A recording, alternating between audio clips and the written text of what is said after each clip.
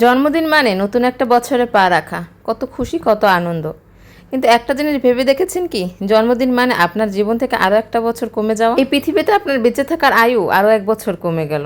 Hello everyone, আসসালামু আলাইকুম। আমি জন্মদিনকে বরাবরই সেলিব্রেট করা অতটা পছন্দ করি না, কিন্তু বাচ্চাদের খুশির জন্য অনেক সময় সামান্যতম কেক টেক কেটে তারপর বাচ্চাদের আনন্দ দিতে হয়।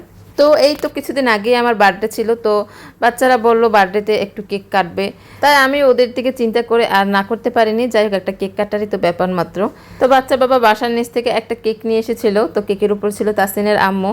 আসলে মেয়েদের জীবনটাই এমন, একটা সময় পর নিজের নামটাই হারিয়ে যায়। আপনাকে সবাই ডাকবে অমুকের আম্মু, অমুকের স্ত্রী, অমুকের বোন, কিন্তু আপনার নিজের নাম ধরে কজন ডাকতে পারে বলুন? আমার বিয়ের পর থেকে আমি জিনিসটা একেবারে উপলব্ধি করতে পেরেছি যে আমার বিয়ের পরে আমার নামটাই কেমন যেন বিলীন হয়ে যাচ্ছিল। সবার কাছ থেকে বউ, ভাবি, কাকি, মামি এসব ডাক শুনতে শুনতে নিজের যেটা নাম আছে আসলে সেটাই ভুলে গিয়েছিলাম। যাই হোক, এটা নিয়ে আফসোস করার কিছুই নেই, এটাই নিয়ম আর এটাই পারিবারিক বন্ধন। এই সম্পর্কগুলোর মাধ্যমে কিন্তু একটা পারিবারিক বন্ধন তৈরি হয়, আর তখন এই একটা নামও শুরু হয়। নিজের নাম বিলীন হওয়ার আফসোস একটু থাকলেও এই যে নতুন নতুন সম্পর্কগুলো তৈরি হওয়া, নতুন জীবন, নতুন সংসার, এই সব কিছু আমি খুব এনজয় করি। ব্যক্তি জীবনে আমার আসলে কোনো আফসোস নেই। আমি যা পেয়েছি আলহামদুলিল্লাহ, আল্লাহর কাছে অনেক অনেক শুকরিয়া।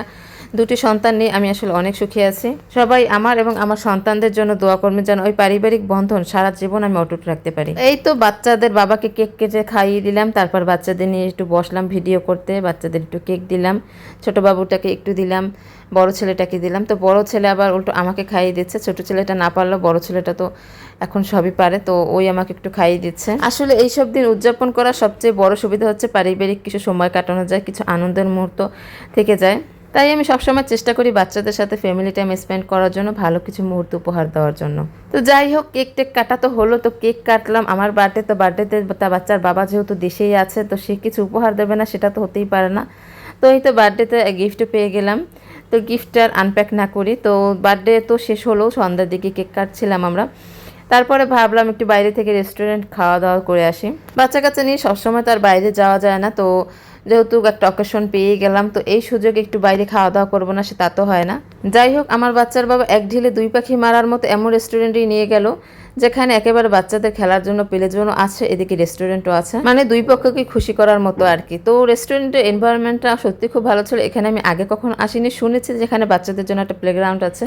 বরিশালে আসলে বাচ্চাদের প্লেগ্রাউন্ডটা খুব দরকার। তো আমরা চলে আসছিলাম হ্যাপি কিডো ও প্লে জোন অ্যান্ড রেস্টুরেন্টে। তো এখানে বাচ্চারা বাচ্চাদের মতো এনজয় করেছে, অনেক খেলাধুলা করেছে।